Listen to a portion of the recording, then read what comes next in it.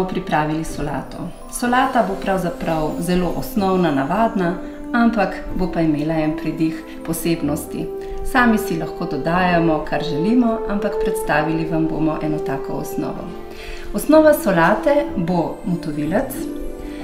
Na njega bomo pa dali neko mešanico kuhane zelenjave oziroma kuhan grah in na tanke pramene narezano korenje. Vse skupaj bomo prelili s prelivom oziroma marinirali iz olja. Mi smo uporabili mandljevo olje, lahko pa uporabimo kakršnokoli drugo olje, vendar ne izrazitega okusa. Oljčno olje, na primer, v tej solati ne bo v redu, ker je malce pregrenko. Namesto kisa bomo uporabili limonin sok, ker je bolj nežen in mislim, da gre h korenčku bolje kot kis. Seveda pa bomo vse skupaj začinili, dodali bomo malce sladkorja, malce temnega sladkorja, neprečiščenega, ker ima tudi nek svoj okus.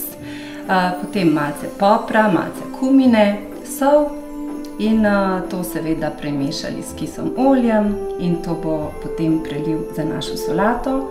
No, za malce začimb pa bo poskrbel še peteršilj. Na vrh bomo pa potem na koncu potresli še nekaj rezin tanko narezanega parmezana in to bo naša solata.